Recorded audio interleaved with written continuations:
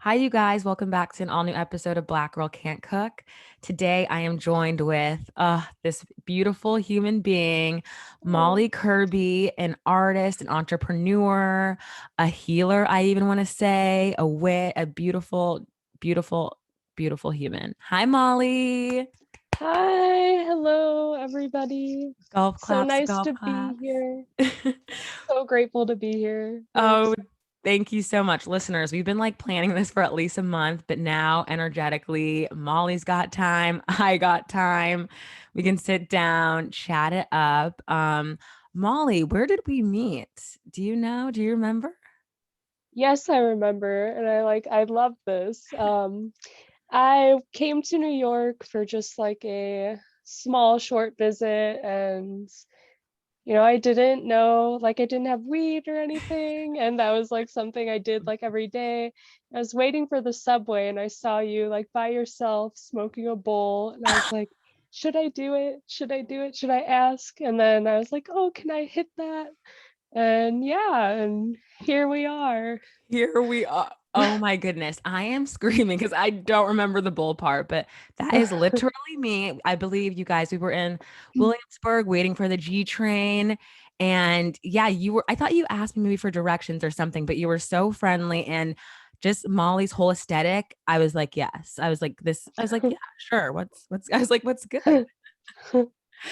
And that's, I think, too, the beauty of New York. You just have all these interactions and connections. Yeah, like I went there not really knowing anyone, not having any plan of what I was doing, and ended up I met you. I realized I had a friend in New York and I got to see them, and I volunteered at this place called Fab Scrap, a nonprofit that like takes in fabric samples from like big designers in New York, and volunteered, got to take a bunch of really nice fabric home, and yeah, Incredible.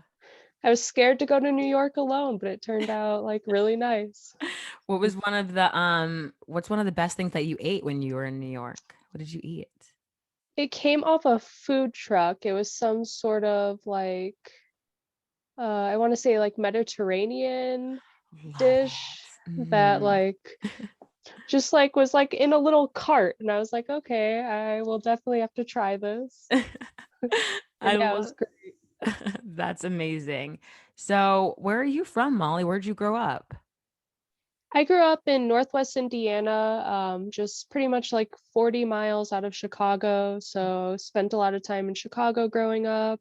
Um, went to school in Chicago, went to college there. But yeah, nothing too exciting. Indiana was like a little slow for me. Not too much going on, and um And could where be. Oh, go ahead. Oh, I was gonna say where are you now? I'm in Boulder, Colorado now, Mhm. in the mountains. I definitely realized I am definitely a mountain person. Okay, and how did you come to that realization? Because I feel like in our 20s, they don't tell us like the emphasis on location, like where do you want to like grow and build foundation? Like no one talks about that. And when you find like the place in nature or wherever, it's groundbreaking. How did you come to the mountain? So I started tie-dyeing when I was in fashion school, in 2015, I believe. And it was weed was legal in Colorado, and I was doing tie-dye. And it just kind of came out of nowhere, like, I need to be in Colorado. And I started saying that. And then in 2018, my dad was looking into helping me buy a condo in the Chicago area. And like we looked at a few, and I kept telling him, like, this isn't where I like want to be. I don't see myself like spending my life here. So like we shouldn't do this. And a coworker was talking about going to Colorado. To me, after he heard me talking about it, Mhm. we're like best friends now. Ish is his name. And he brought up his like family vacation to me to Colorado and told me the dates, and I just went back and requested them off, and I like invited myself on his like vacation, and then came here. And when we were in Boulder, actually, like they all joked like, we lost you right away, these are your people, this is where you belong. And yeah, I moved back 7 weeks later after getting home. That is incredible. Oh my God. And I love that you like knew, you told your dad, you're like, I don't think I see my life here. Yeah, which was that was like hard because he wanted to help me do something like that was a big deal, and I just had to just tell him like it's okay, like this isn't me, like I Yeah. appreciate what you're trying to do, but this isn't what I need. That's so great. That's beautiful. And there's power when you can like not even like stand up to your parent, but when you can just speak your truth and just have when you get your own answers from yourself, then it's like speaking your truth is easier because you know what you want. That is very true as well, just like connecting with like what you want, what you need, like even if it's not what people are doing around you, like it's just something you got to do for yourself. Absolutely, absolutely. So this podcast is on body image, cooking, and self-love. And I want to start with what is your relationship like with your body? I have insecurities that come up. Like it depends on my mood. Like yesterday I like hurt my back and I wasn't like doing like all that well. So I started like critiquing my body and like things I didn't like about my body. And then like it was just like, no, it's all going to be okay. Like you're going to feel better. And I like did after resting, like my back felt better this morning. Um, but overall I like really love my body and I enjoy like being in having this like soul vessel to live this life through. um Growing up it was like really difficult, because I'm like short and kind of chubby and I've Mhm. always been that way. And like the girls in my class were all like skinny and like Mm. like Yeah. the image that society like Yeah. puts into our mind of how women are supposed to look. And it's just coming to terms with like, no, everyone's beautiful and you just got to feel beautiful within yourself to like have the world really see it. Yeah, that's oh my God, that's incredible. And I can relate to you too because when, you're growing up in an environment and yeah, we're constantly like brainwashed and told this is the ideal beauty, tall, skinny, blonde. Like that's what beauty is. So then when that just keeps getting pounded in your head, it's so hard to like detach that no, actually there's beauty in me. There's beauty in everyone. Everyone's different. And being a young girl, it's very tough. I can so relate to you. It's so tough not to pick yourself apart because absolutely, I definitely did that. Yeah, and it's really sad that that's like we aren't taught from a young age to appreciate our bodies and like know that our bodies are beautiful. And that's something that I would really like to see like change in our society, is like young women being told that they're beautiful like no matter what. Yeah, no matter what. And two, because our bodies change. God willing, planet like our bodies change. And I think women, well, I know women are the most powerful force in the universe. So to like be within our own like evolution through the years and stuff, like I agree. I really hope we do a better job at just teaching our young selves and everyone that this is our body. This is the one body that we have, and it's like a joy and it's precious. And you should take care of yours how you best can. I should take care of mine. Like we're just not taught that. Isn't that so odd? Like it's just so Yeah, simple, but we're not taught that at all. no, and it's very sad. Like I was taught the opposite. I was told I needed to lose weight starting at a young age. And, that's like really not good for the psyche of like a young growing girl, like at all. No, not at all. At what age, Molly, did you learn to was there like a moment or at what age did you fully kind of fell in love with your body and accepted your body? And it's so okay if you're not there yet, if you're still working at it, but was there a pivotal moment in your life that just it all made sense. Like you loved your body and you were thankful for it. I think the relationship that I'm in now, we've been together a little over 2 years, and that my partner Lily was really great at helping me fall in love with my body. And now it's like I wish I could just like walk outside naked. Like I wish that was appropriate because I'm at the point where I'm like comfortable like in my body and like what everything that's there that like I wish I could be naked more. I am squealing. No, I literally love it. And I agree. I feel like once that like shield is off within yourself and maybe it's shadow work, but like I'm just walking around all the time like nude. And before I'd be like, oh, my tits are so saggy or the back and the cellulite. Now I love it. Like I like love my body and I love all the little marks and the curves because one, it's mine. And two, when you're just so comfortable, it's like kind of freeing. You like, yeah, I wish I Yeah. could walk out and just get the mail or something. Yeah. And I'm really grateful like to have like someone who could like help me become more comfortable with myself. It was just like, sharing like little things that I didn't like about myself and having Lily be like, "No, like, Yeah. tell me like why it was beautiful. Tell Mm, me why it didn't matter that like I'm not like super thin or anything." yeah. Yeah. Yeah. Yeah. And that's so beautiful to have those partnerships that just remind us, that they like, and not in this whole, they're going to save you or anything, but they just remind us who we are. They can give us a mirror of what we're not seeing because we're so in like a self-hatred kind of telescope and not really seeing things. Yeah, and that is very true. Um, you are a entrepreneur. You have a business. Yes. Tell us what your business is first and foremost.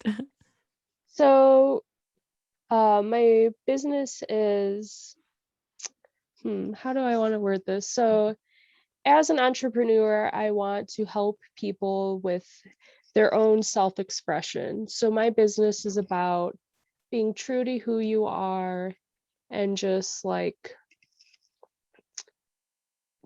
oh, I hope you're gonna like edit stuff. It's okay. Yeah. Just being true. So Take your time. I am a creator. Jewelry and fashion are like my main things, and everything I make is one of a kind.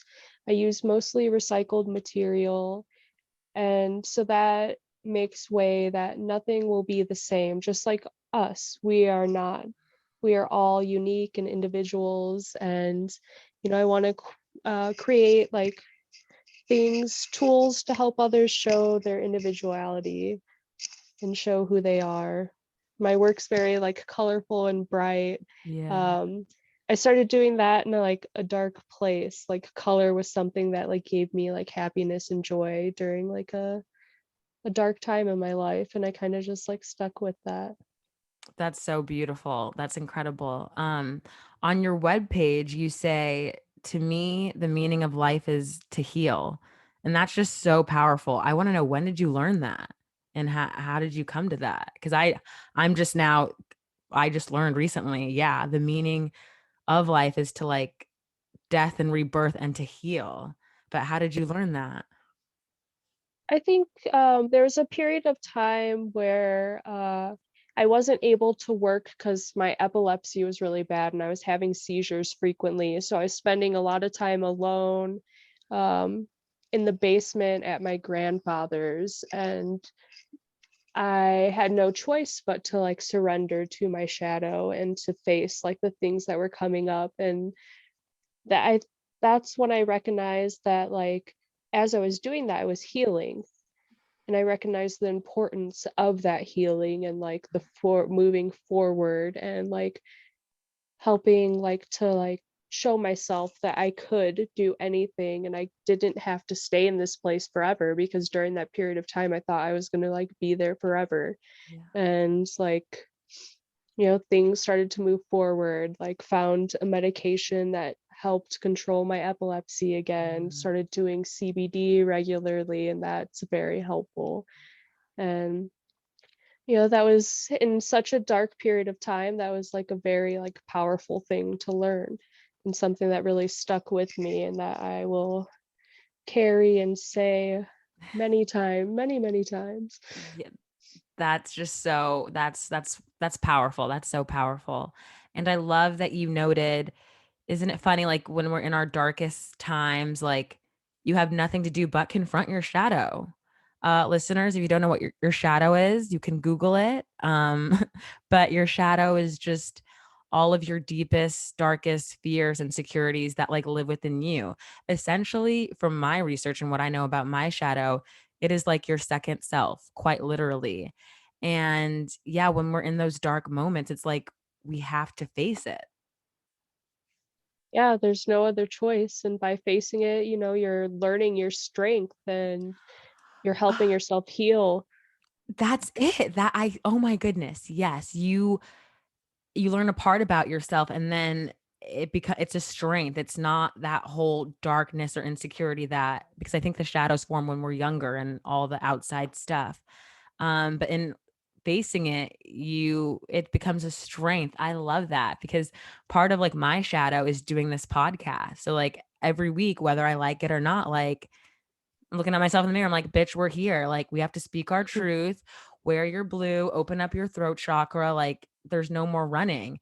And in that, like, I feel so powerful and feel strong. Like, it's crazy. Yeah, it's so beautiful too to like be on the outside, like to kind of see yourself on the outside and be like, wow, I got here. I fucking did all this work and I got here. We got to be proud of ourselves for that. We have to. Listeners, be proud of yourself and celebrate yourself. I feel like women, like every day, if it's the small win, like if we just celebrate the small wins, that there's joy in that. And it makes it, and not makes, but I feel like the shadow gets glory and when you celebrate yourself too, because you're celebrating it, you know? Yeah, that's very true. Can you explain to me and my listeners the powers of crystals and how they help us heal? So just like us, everything has like an energy, a vibration. And so crystals each have their own vibration, working with like all the different chakras. And by healing, like by holding and either even like absorbing the energy of the crystal or putting your energy into the crystal, like if you need grounding or have some built up like energy that you need to release, you can like put that into the crystal and just like imagine and envisioning like the energy leave your body, like through meditation and just work meditation with the crystals, or even just like I I have my blue kyanite for emotional balance, and it's something I'll like wear to work. And if like a customer like is like getting under my skin or something, I just like hold this and like breathe and just like be it with the like vibration of emotional balance so I don't lose my cool or something. That's incredible. What are like some of your favorite crystals? You said that one on your neck, the what was it? Blue kyanite. Blue kyanite. What else do you Um, like? Black tourmaline, moonstone, and labradorite are Yeah, like some of my favorites. Like those have stuck with me for a while. I'm like wearing some of all of them. Um, and new ones will like come into my life, and but I think those four are like ones that will like always be my favorites. for sure, for sure. How have crystals, how have they helped you heal? Besides like the work example, great, which listeners, great example. Like I might take that for when I'm back in the work scene because there's so moments when you just have to like check in with yourself. And I love that you have a touchstone. It can just be a couple of breaths and then you're mellowed out. Like, okay. Um, how did Oh I yeah, get the into question. Yeah, what was how did you how have the crystals helped you heal? I feel like really just having nature like around you and just connecting with Mother Earth in that way has been like a big like help in healing, and just recognizing that every crystal is different too, just like we are, and just like Mm. recognizing that's another like um another like symbol of us and humanity, Mhm. and just like, accepting differences is beauty. And Yeah. Absolutely, absolutely. I want to ask if I was to go get crystals, like should I be going somewhere where it's like reputable or can I go to Bushwick to some white dude's little basement and buy crystals? Is there an ethical way to get crystals? I'd say they just come to you how they're meant to come to you. Ooh, okay. Yeah, I love so, that. Okay. and listen to yourself and your intuition on the vibes about like if you think that's an ethical place, if that like seems like that to you. Yeah. That's smart. I love that. Great answer. I'm thinking about I want to get some crystals from Sedona. I'm from Arizona originally, and that's where what's funny. I feel like that's what's pulling me, like for my first purchase. Like I don't want to. Yeah, I'm sure there's a million great shops in New York, but I'm like, I need to go back to Arizona to get this. Like that's what's pulling me kind of too. And like that makes sense because New York's very like industrialized, like so much stuff everywhere. And like more in Arizona, it's like, got more space to More like, space, yeah. Mhm.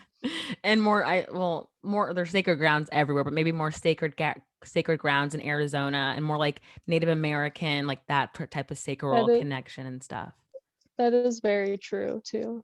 Yeah. So what do you love most about your body, Molly? It can be a body Huh. part, or is there just like what do you love most about it? Um, I really have like come to love like my face, like really a lot. I've always my okay, my hair has always been like a very strong like part of my expression, like ever since I was young. And even like during the period of time where I was like fighting like who I was, I had red hair, and a lot of people made fun of that. So like when I got like old enough, I was like dyeing my hair a lot, and really kind of it's not as red as it used to be, but like I love my curls. Um I really like my feet. I have really like tiny feet, and I just think they're very cute. Um yeah, That is so it's cute. Wait, can you like fit into kid shoes? Are your feet that tiny? yep. So And it makes buying shoes like a lot cheaper too. You can find badass what I got Doc Martens at a thrift store for $30 because they're like kids shoes. I literally believe you. I believe you. That is so that is so insane and cool. I love that you said your face too. I love that you said your face. I can definitely, as someone who grew up and like didn't like mirrors, I didn't want to look at myself and my blackness. Oh, Oh, I love mirrors now. Like I really like checking in with myself and just I don't care if it's comes off as conceited or what, but I love to just check in, look oh, at my face, just to like be like, "Hey, how are we? Are we good?" You know? that's you loving yourself. That's not like being conceited. It's like, Of course. yeah, like my I've learned to love my freckles too, because that was something too, along with the red hair, that was just like made me like stand out or look different, that people picked on. Yeah, of course. And I love in another episode, which is so fascinating. This is my ignorance. Because I did not know that white women like had this like deep kind of hair complex, which I want to say like all women have, but yeah, even a former guest I had, she's a white woman, Laura, shout out Laura. She talks about and she's just going through her hair transformation, how when she finally just did the buzz, she felt just so herself and similar to Oh, you dyeing it and doing stuff. And I was not aware that, oh, white women also have a deep, complex hair journey and hair story. and yeah, I feel like hair is a big part of our spirituality too. And it was just one day I like used to change my hair a lot, and there's like, okay, I'm gonna stop dyeing my hair and stop cutting my hair and just let it grow. And I feel like with letting my hair grow, I really like came into myself, and it was like when my hair was the longest it's ever been, I left a really just, like toxic relationship and got out, and um then like during that dark time that I talked about earlier with my epilepsy, during that time I cut off my hair, and that was really healing too. And yeah, it's nice to experience different things to learn what you really like with hair, because there's deep connections to the spiritual realm and our ancestors within our hair. That is so interesting, and I've never heard anyone say that, but I believe it. You said, yeah, hair is such a part of our spiritual being, Yeah, especially too as women. And you think too it has something to do with our ancestors and how we're connected and how we just play the role in our lives? I do, and I really like feel and connect with that with like the Native American culture, because Mhm. they like have like the long hair, and it's like a traditional thing. And I do think that that like something about me wanting dreads, wanting locks, like as a kid, is like a connection with my ancestors, is that's like a historical, like ancient thing that's been around as long as humans have existed, because hairbrushes weren't around in the beginning. Exactly. And two, don't you feel most is this the most comfortable you've felt with yourself? Yes. Oh, yes, by far. And it's like it feels so nice because like it's going to like continue to keep growing. Like it's yeah, it's like taking better care, because I'm like working on trying to find like a skincare routine and like ways to exfoliate, because right now I don't really like do much of any, like I wash my face and like I like moisturize with this Mhm. like really great like um Clean product. yeah, yeah, like it's like a tincture that this lady in North Carolina made, and Love it. I I can wish I agree with like you. made Mhm. Christmas. I'm trying to now to get into skin, like, just because I realized, "Oh, I like looking at my face." Well, I need to take care of it. I need to take care of it, and it's, like, to what I eat, but also, like, yeah, when you're, like, 25, 26, it's just so easy to get, like, the Neutrogena or whatever is, like, the quickest fix, but as I get older, there's, like, such beauty in taking care of, like, the skin and your face. And 2, I'm all for women getting whatever cosmetically they wanna get, but personally, like, I never wanna be under the knife. Like, I love my face too much. Like, I love what God has created, so I wanna, keep it in tuned and healthy for the years to come because I don't wanna go under the knife ever or no. Agreed. Agreed.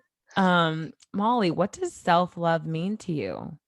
I know this word and the culture of wellness and now whiteness and wellness is, but I think at the core, what does that mean to you? Self-love. Self-love to me means being with yourself and loving yourself for who you are, no matter what is going on, like in your life. No matter if it's a dark time or a really happy time, just like being that like there to like hold yourself and comfort yourself through these things.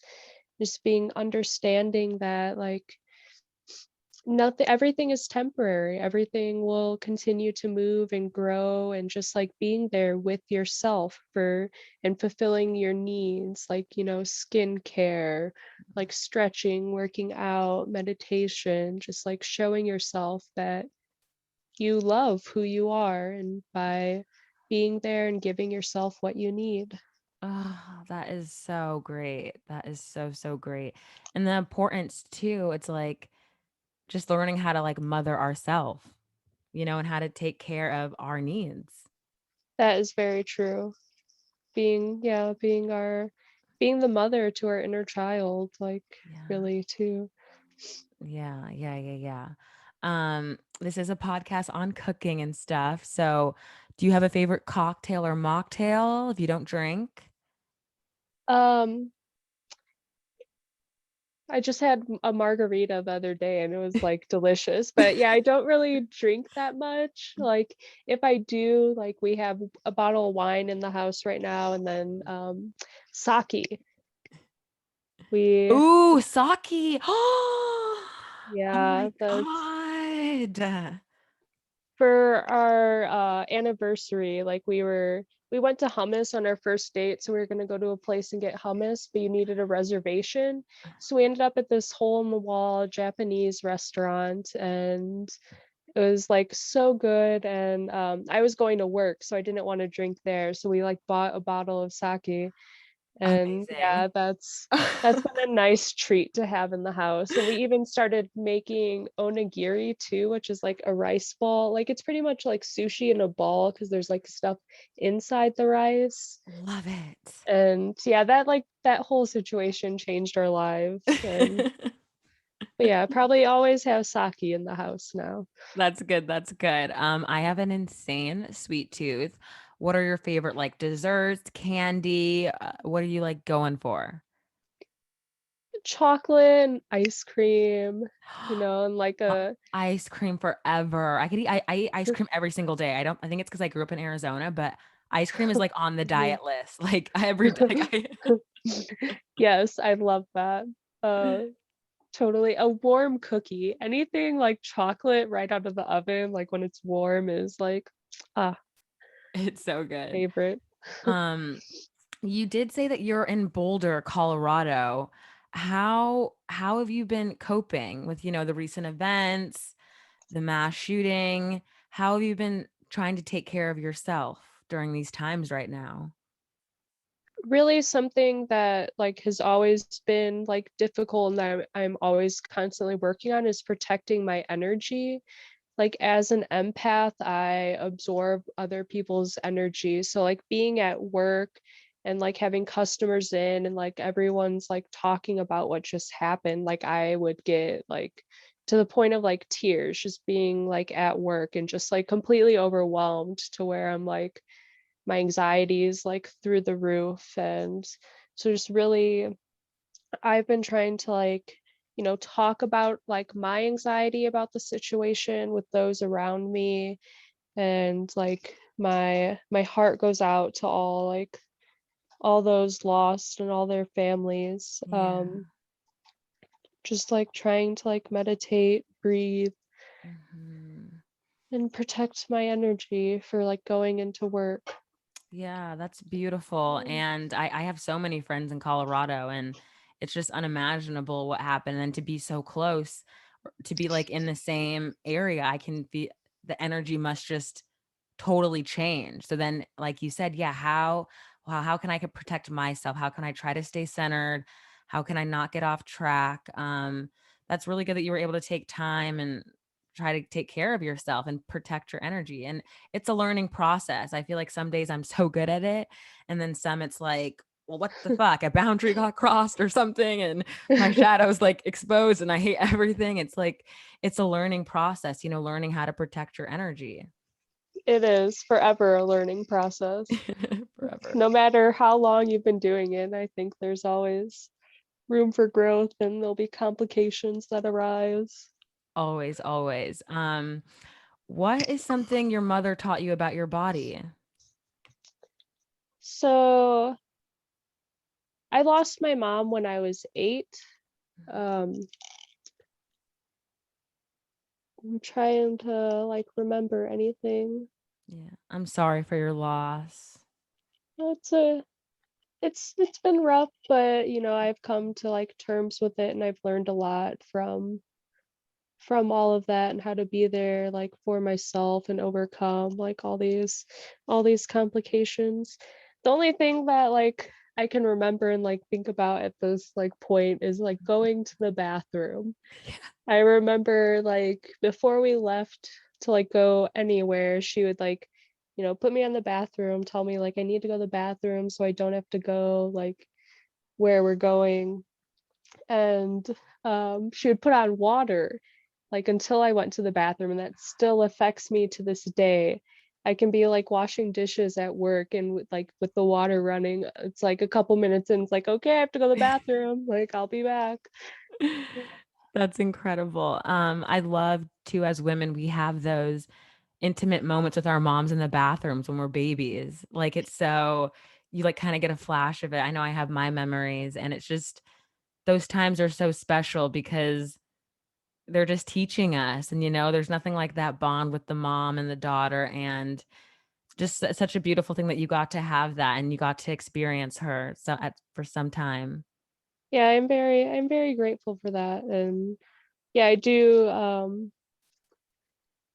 do remember like showering with my mom, Me like watch. too. Me Yeah. too. My mom is like short and stubby. Sorry, mom. And I would just like her. I loved her thighs. They were just so big they're just so beautiful. And I was afraid of the shower because I thought it was like snakes or something. And I was like, oh, her thighs will protect me. This is perfect. So I have flashes just being behind her in the shower and not liking the shower. Oh. um, what's one thing, Molly, that you wish you could tell your younger self about the body, something that maybe would have helped your younger self, adolescence journey a little smoother? Is there like maybe one thing you'd like to tell that self, that inner child? You know, that it's all going to be okay. It's all going to work out how it's supposed to. Like we're all different and unique, and love and care like about yourself. And my thing, because I struggled with abandonment issues because of losing my mom, and like that thing was like, someone will love you for just the way you are. And I think that'd be a big thing that would have really helped me as a young child. That is so, so beautiful. Molly, where can everyone find you, follow you? Is there anything you'd like to promote? Anything coming up? Molly Morphosis is my like brand's name. You can find me on Instagram or Facebook or email mollymorphosis@gmail.com. Mollymorphosis.com is my website. Um, that is Mollymorphosis. I And love it. I'm always impressed when I can spell that. Right. Yeah, spell that out. Listeners, please check out her pieces. After we hang up, I want to get a custom piece done. She makes the most beautiful necklaces, the stone, even I saw some earrings on your stories. You were doing some earrings too recently, weren't you? Yeah, my partner and I collaborate. Lily built a 3D printer and like printed me some little mushrooms, then I paint them and add some beads. Yeah, and yeah, the beads I make are like mala beads, a sacred ancient meditation tool.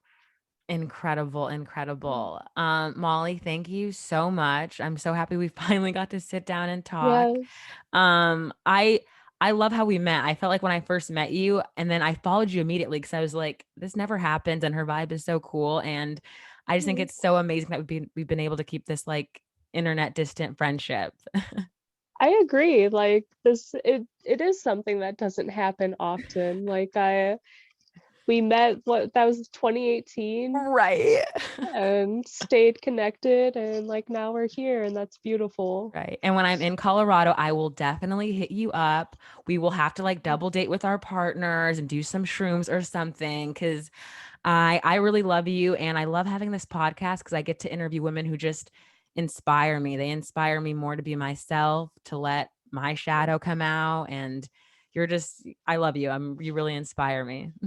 That's like, that is so beautiful. Like I'm very inspired by you doing this podcast and like what it's about, like women loving their body. Like that's that's something we all struggle with. So to have like you have your grounds on like, I want to do this, I want to help, like We're gonna break the wall. We're that gonna break it. that is so beautiful. And I love you, and I'm grateful to do this. I'm grateful to know you and be your friend. Thank you so much, Molly. All right, listeners, we'll see you next week. Bye.